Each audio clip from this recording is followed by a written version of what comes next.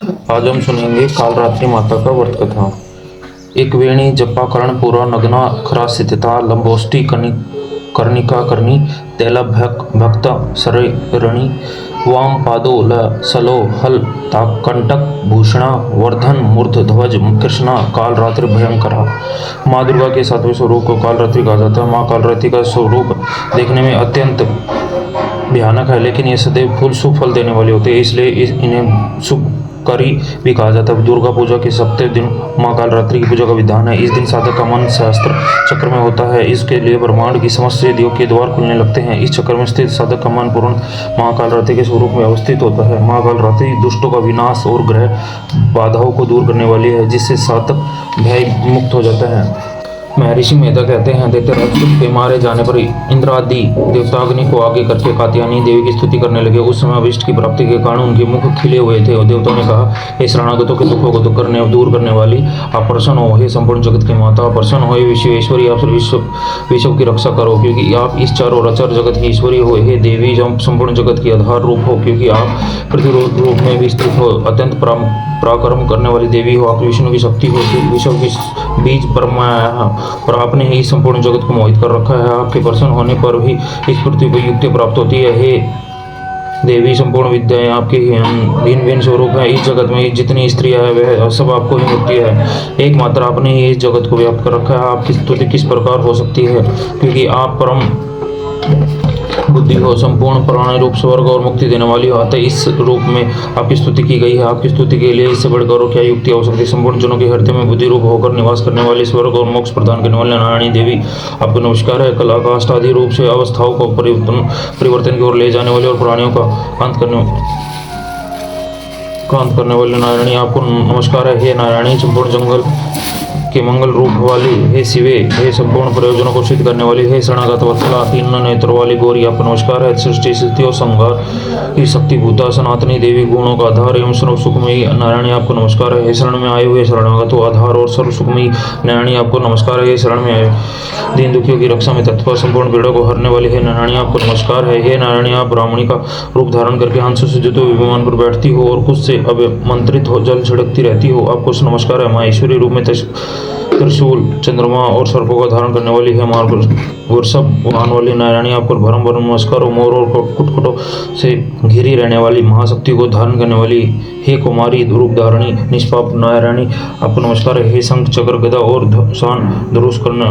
धनुष रूपी आयुधों को धारण करने वाली वैष्णवी शक्ति रूपा नारायणी, आप हम पर प्रसन्न हो, आपको नमस्कार हो। हे देवता दांतों पर पृथ्वी धारण करने वाली वारारूपणी कल्याणमणि नारायणी, आपको नमस्कार है। उग्र निरसंग रूप से दैत्यों को मारने वाली, त्रिभुवन की रक्षा में संलग्न नारायणी, आपको नमस्कार है। मस्तक पर किरीट और हाथ में वामवर्ज धारण करने वाली, शास्त्र नेत्रों के कारण उज्ज्वल वृत्रासुर के प्राण हरने वाली इंद्र शक्ति है नारायणी, आपको नमस्कार है। शिवदूती स्वरूप से दैत्यों के महापद को नष्ट करने वाली, हे घोर रूप वाली, हे महाशब्द वाली है नारायणी, आपको नमस्कार हो। दाढ़ों के कारण विकराल रूप मुख वाली, मुंडमाला से विभूषित मुंड मर्दनी चामुंडा रूपा नारायणी, आपको नमस्कार है। लक्ष्मी, लज्जा, महाविद्या, श्रद्धा, पुष्टि, स्वधा, ध्रुवा, महारथी, महाविद्या रूपा नारायणी, आपको नमस्कार है। हे मेधा, सरस्वती, सर्वोत्कृष्ट ऐश्वर्य रूपिणी पार्वती, महाकाली, नियता और ईश्वर रूपिणी नारायणी, आपको नमस्कार है। स्वरूप सर्वेश्वरी सर्वशक्ति युक्त देवी,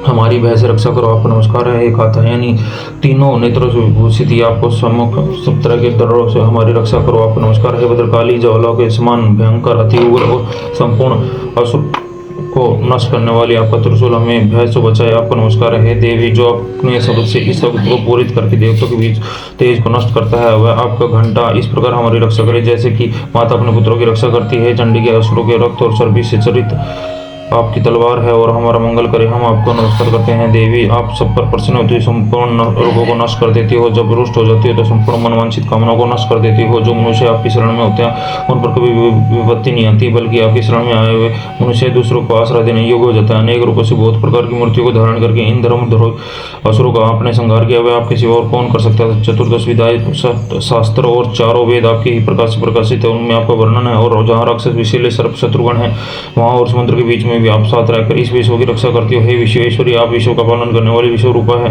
इसलिए समस्त विश्व को धारण करती हो। इसलिए ब्रह्मा विष्णु में इसकी भी वंदनीय हो, जो भक्ति पूर्वक आपको नमस्कार करते हैं, इस विश्व को आश्रय देने बन जाते हैं। हे देवी, आप प्रसन्न हो, असुरों को मारकर जिस प्रकार हमारी रक्षा की है, ऐसे ही हमारी शत्रुओं से सदा रक्षा करती हो। संपूर्ण जगत के पाप नष्ट कर दे हो और पापों और उनके फलस्वरूप होने वाली महामारी आदि बड़े बड़े उपद्रवों को शीघ्र ही कर दो। ये विश्व की पीड़ा को हरने वाली शरण में पड़े हुए प्रसन्न हो। त्रिलोक में निवासियों के पूजनीय परमेश्वर, हम लोगों को वरदान दो। देवी ने कहा, देवताओं मैं तुम्हें वर देने के लिए तैयार हूँ, आपकी जैसी इच्छा हो वैसे वर मांग लो, मैं आपको दूंगी। देवताओं ने कहा, सर्वेश्वरी, त्रिलोकी की निवासियों की समस्त पीड़ा को तुम इस प्रकार हरती रहो और हमारे शस्त्रों को इस प्रकार नष्ट करती रहो। देवी ने कहा, वैश्वत मनवंतर के 28वें युग में 2 और महाअसुर शुंभ निशुंभ उत्पन्न होंगे। उस समय मैं नंद गोप के रूप से, यशोदा के रूप गर्भ से उत्पन्न होकर विद्यांचल पर्वत शुभ और निशुंभ पर संहार करूंगी। फिर अत्यंत भयंकर रूप से पृथ्वी पर अवतीर्ण होकर मैं नामक वैप्रचिति नामक दानवों का नाश करूंगी। उस भयंकर महासुरों का भक्षण करते समय मेरे दांत अनार के पुष्प के समान लाल होंगे। इसके पश्चात स्वर्ग में देवता और पृथ्वी पर मनुष्य मेरी स्तुति करते हुए मुझे रक्त दंतिका कहेंगे। फिर जब 100 वर्षों तक वर्षा न होगी तो मैं ऋषियों की स्तुति करने पर अयोनुजा नाम से प्रकट होंगे जाऊंगी और अपने 100 नेत्रों से ऋषियों की और देखूंगी। अतः मनुष्य शताक्षी नाम से मेरा कीर्तन करेंगे। उस समय मैं अपने शरीर से उत्पन्न और प्राणियों की रक्षा करने वाले सांपों और सब प्राणियों को पालन करूंगा।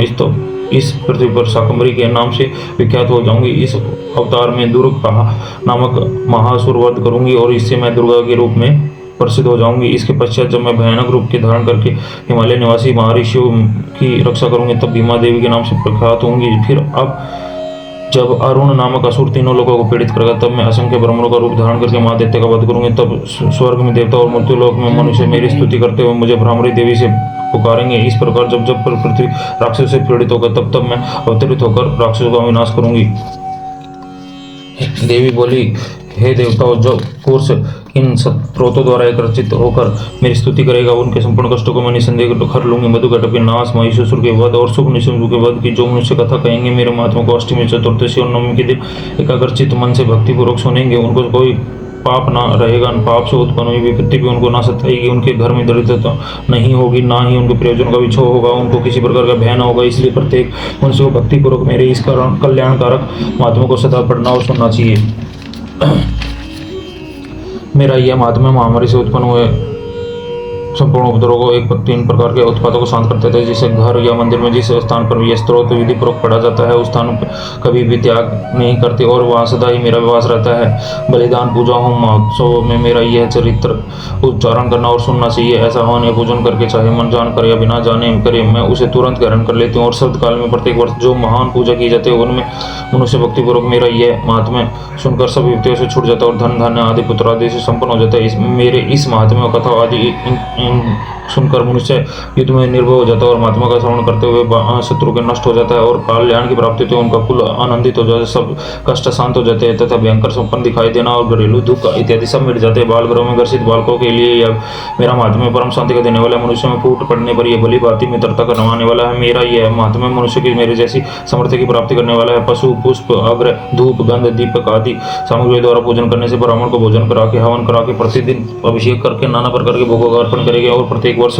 इत्यादि करके जो मेरी आराधना की जाती है उससे मैं जैसे प्रसन्न हो जाती हूँ वैसे ही प्रसन्न मैं इस चरित्र के सुनने से हो जाती है। माध्यम श्रवण करने पर पापों को हर लेता और योग्य वरदान करता है। मेरे प्रभाव आदि कीर्तन दुष्ट प्राणियों से रक्षा करने वाला है, युद्ध में दुष्ट दैत्यों का संहार करने वाला है। इसके सुनने से मनुष्य को शत्रु का भय नहीं रहता है। देवता, तुमने और ब्रह्मा जी ने जो मेरी स्तुति की है वह मनुष्य को कल्याणकारी बुद्धि प्रदान करने वाली है। वन में सुने, मार्ग में और दावानल से घिरे जाने पर, वन में चोरों से घिरा हुआ, शत्रुओं द्वारा पकड़ा झगड़ा, जंगलों में सिंहों से वगैरह और जंगली जानवरों तरह भी पीछा किया हुआ, राजा के क्रोध हो जाने पर मारे जाने के भय से, समुद्र में नाव के डगमगाने से, भयंकर युद्ध में फंसा होने पर, किसी प्रकार की पीड़ा से पीड़ित, घोर बाधाओं से दुखी मनुष्य मेरे इस चरित्र को स्मरण करने से संकट मुक्त हो जाता है। मेरे प्रभाव से सिंह, चोर, शत्रु इत्यादि दूर भाग जाते और पास नहीं आते। महर्षि ने कहा, प्रचंड पराक्रम वाली भगवती चंडिका को यह कहने के पश्चात जब देवताओं के देखते देखते अंतर ध्यान हो गया, संपूर्ण देवता अपने शत्रु के मारे जाने पर पहले की तरह यज्ञ भाग का उपभोग करने लगे और अपने अधिकार फिर से प्राप्त हो गए। युद्ध में देवताओं के शत्रु और सोम के देवी के हाथों मारे जाने पर बाकी बचे हुए राक्षस पाताल को चले गए। हे राजन, इस प्रकार भगवती अंबिका नित्य होती हुई भी बार बार प्रकट होकर इस जगत का पालन करती है, इसको मोहित करती है, जन्म देती है और प्रार्थना करने पर समृद्धि प्रदान करती है। हे राजन, भगवती महाप्रलय के समय महामारी का रूप धारण करती हुए संपूर्ण ब्रह्मांड में व्याप्त और भगवती स्वयं आजन्मा होती हुए भी सृष्टि के रूप में प्रकट होती है। वह सनातनी देवी प्राणियों का पालन करती है। वही मनुष्य के अबुद्ध के समय घर में लक्ष्मी का रूप बनाकर स्थित होती है और अभाव की कारण दरिद्रता को बनाकर विनाश का कारण बनती है। धूप पुष्प प्रबंध आदि से पूजन करके स्तुति करने से वन धन पुत्र प्राप्त होते हैं और धर्म में सुख वृद्धि होती है। यहाँ पर कालरात्रि व्रत कथा संपन्न होती है।